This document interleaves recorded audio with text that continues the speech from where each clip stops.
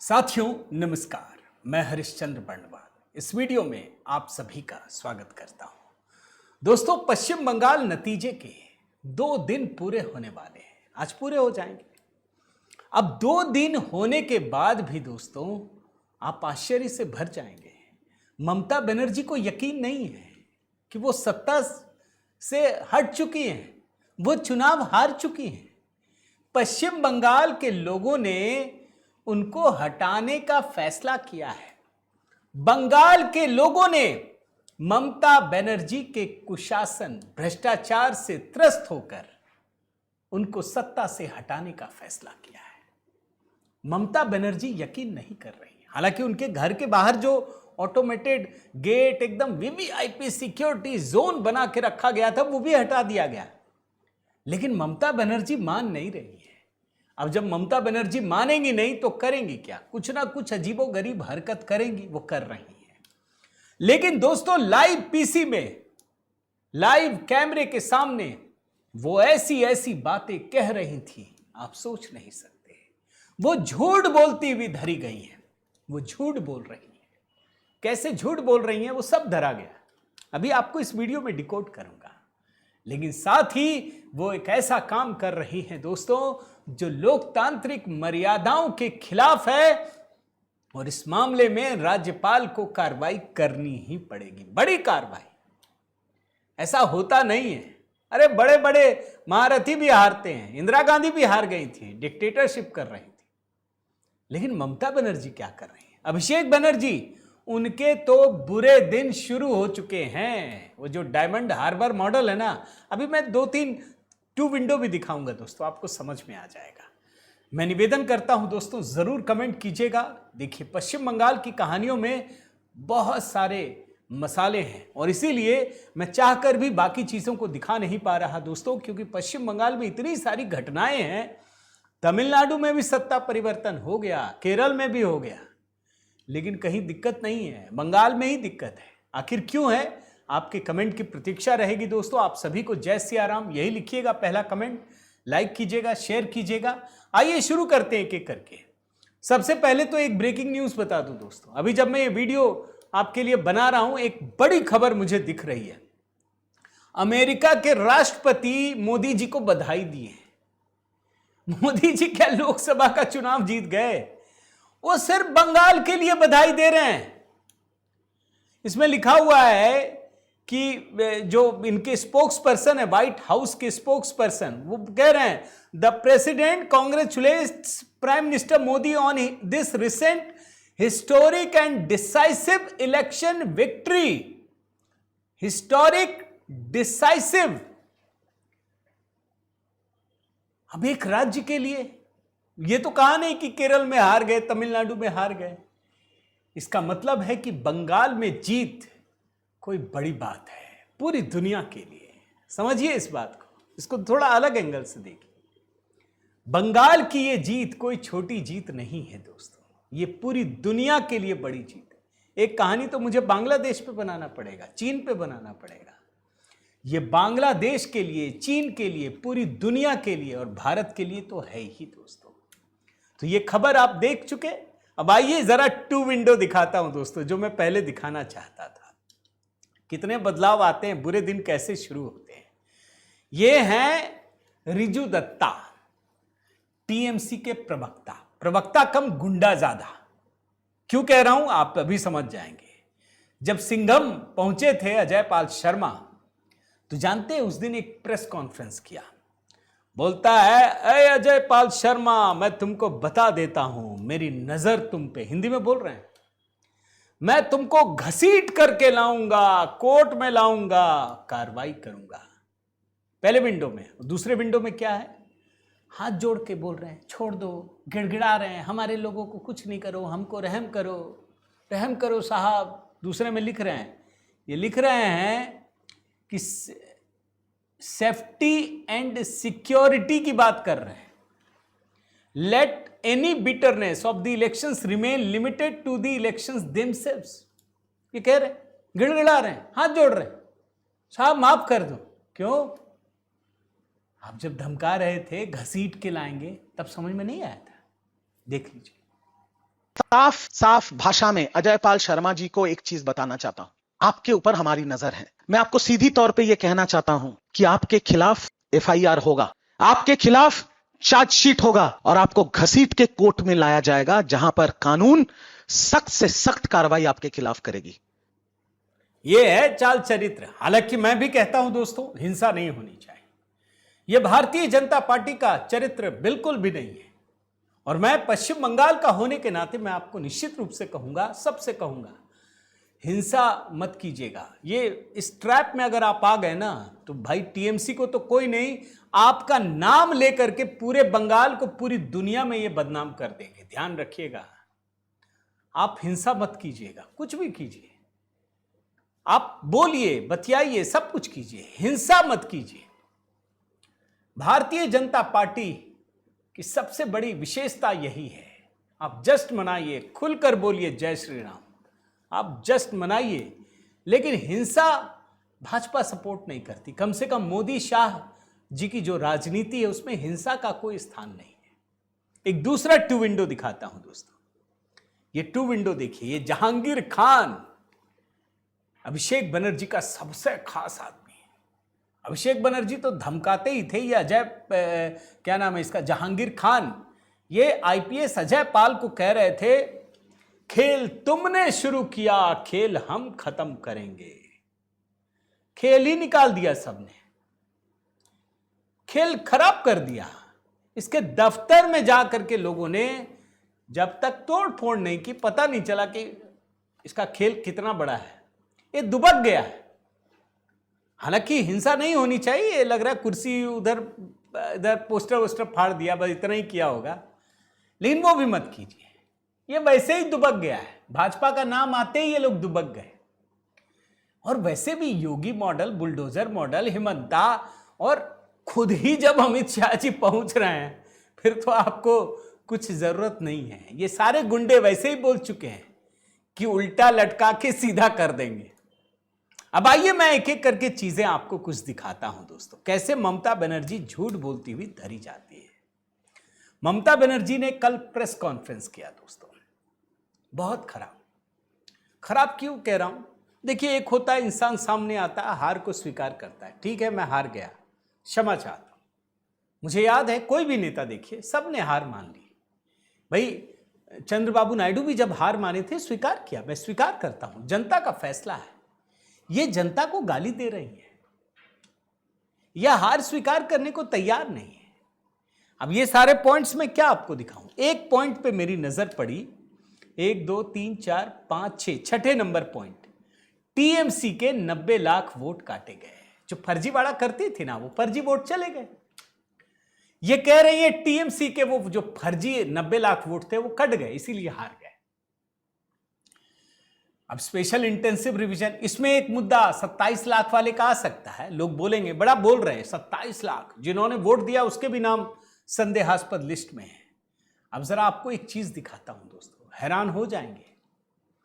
दरअसल जो आम जनता है ना, पहले मैं इनका बयान सुना देता हूं, 90 लाख वोटर वाला वो निकाला है मैंने, सुन लीजिए, बहुत छोटा सा है।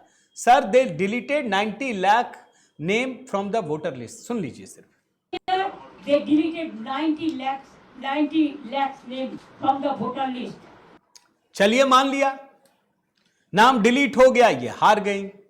लेकिन नाम डिलीट हुआ, भाई आप भवानीपुर से शुरू करते हैं दोस्तों। भवानीपुर को मैं जरा टू विंडो में दिखाता हूं, आप इसको ध्यान से देखिए। एक है 2026 का और एक है 2021 का। 2026 में कुल वोटर कितने हैं, 1,39,413, 1,39,413। और 2021 में कितने हैं, 1,18,614। सर में तो बहुत नाम कट गए, हम भी जानते हैं, आप भी जानते हैं। फिर वोटर बढ़ कैसे गए भाई? बंगाल में वोटर 7 करोड़ 60 लाख से घट गए 90 लाख, मगर भवानीपुर में तो वोटर बढ़े, बहुत बढ़े, 1,18,000 से 39,000, 20,000 बढ़ गए। सच्चाई यह है दोस्तों कि 2021 में इनको 1,18,000 में सिर्फ 85,263 वोट मिले थे, जिसमें फर्जी वोट भी थे। इस बार इनको सिर्फ 58,812 वोट मिले हैं। यह सच्चाई है। 15,000 वोट के मार्जिन से हारी है। मैं तो वीडियो देख रहा था दोस्तों, एक भवानीपुर में उनके घर के इमीडिएट बगल में एक महिला बैठी है। ये सारे एंटी इकोसिस्टम वाले पूछ रहे थे, मैडम आपके तो पड़ोसी हैं ममता, ऐसे इशारे में बोल रही हैं। इशारा से सब समझ में आ रहा है। पता है क्या बोल रही हैं? मगरमच्छ के बगल में बैठे हैं, इनको जाना है। इशारों में बोल दिया। यानी स्पेशल इंटेंसिव रिवीजन से दोस्तों कोई फर्क नहीं पड़ा। आपको लोगों ने दरकिनार कर दिया। आप झूठ बोल रहे हैं।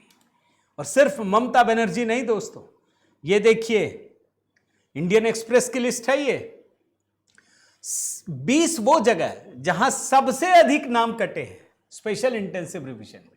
मतलब टॉप 20 की बात कह रहा हूं, अब सारा नहीं कह रहा।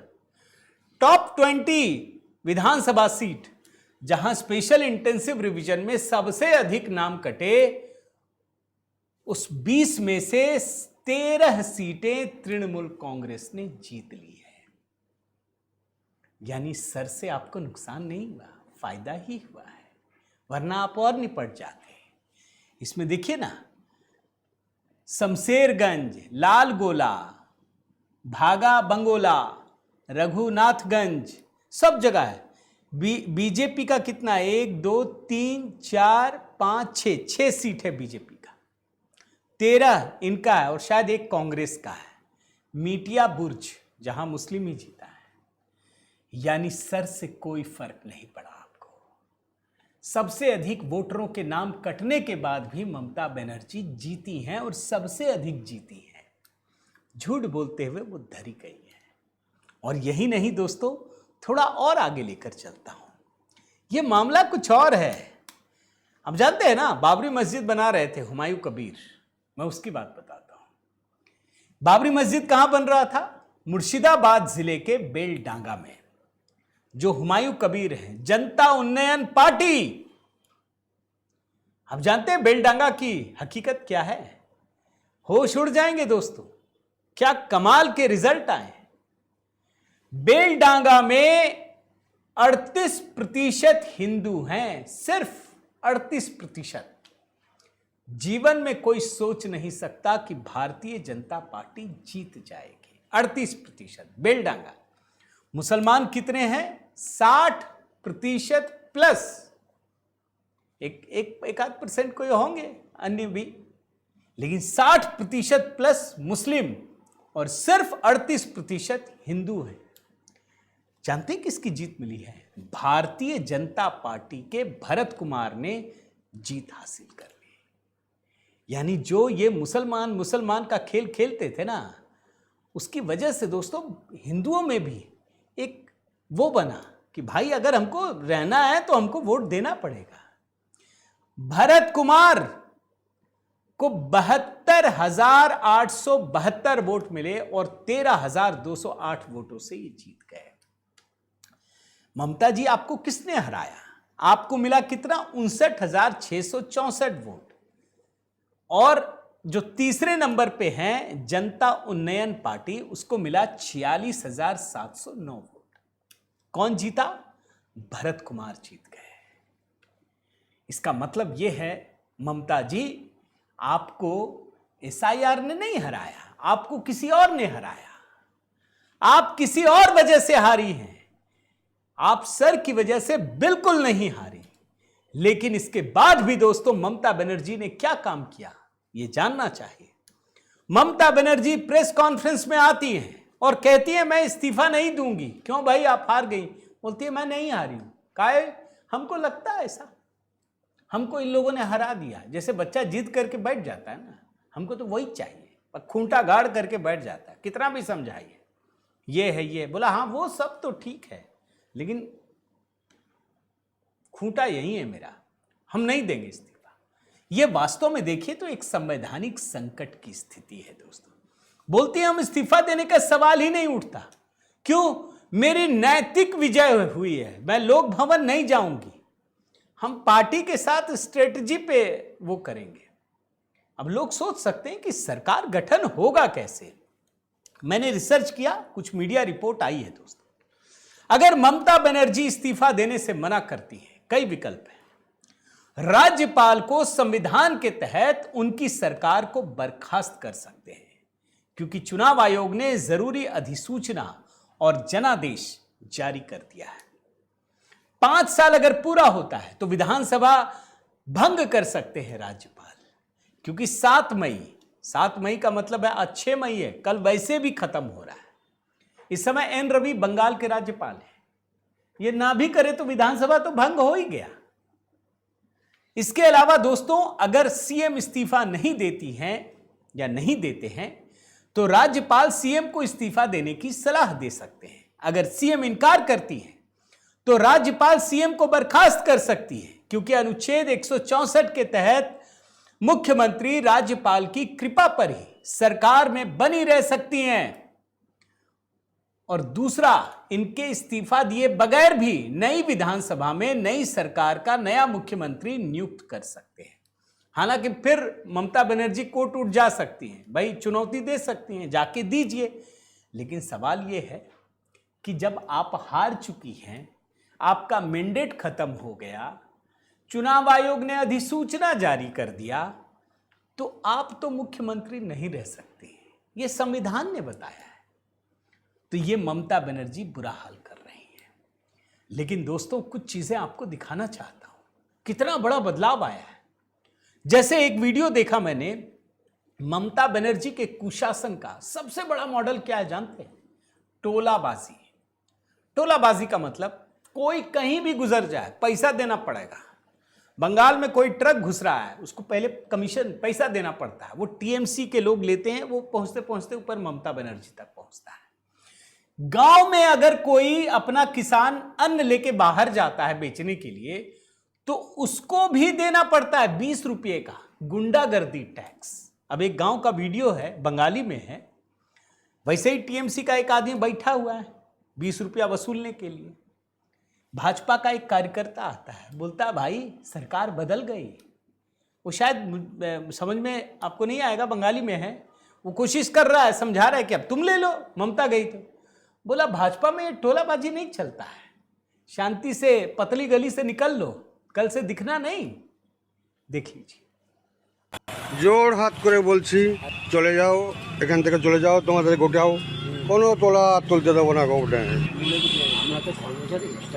না না, সে তোমাকে ওই জন্যই তো তোমাকে বললাম জোর হাত করে বলছি, তোমাকে জোর হাত করে বলছি, এই জন্যই বলছি। আমরা বিজেপি, আমরা অশান্তি করি না, আমি কিছু শুনবো না, এখান থেকে কোনো রিকোয়েস্ট আমরা শুনবো না, এখান থেকে চলে যাও। इसी तरीके से एक और कहानी मिली दोस्तों। मनोज तिवारी, क्रिकेटर, पूर्व क्रिकेटर, इन्होंने तृणमूल कांग्रेस से अपना नाता तोड़ लिया। लेकिन नाता तोड़ना यह बड़ी खबर नहीं थी। एक बड़ा क्रिकेटर सीधे ममता बनर्जी के ऊपर एक संगीन इल्जाम लगा रहा है। जानते क्या कह रहा है? यह कह रहे हैं कि हावड़ा की शिवपुर सीट से टिकट मिलना था, इन्होंने टिकट नहीं दिया। ये मनोज तिवारी जानते हैं ना कौन थे? ममता बनर्जी के नेतृत्व वाली सरकार में खेल राज्य मंत्री थे। शिवपुरी से इनको टिकट चाहिए। ममता बनर्जी ने कहा 5 करोड़ रुपए देने पड़ेंगे, 5 करोड़ रुपए।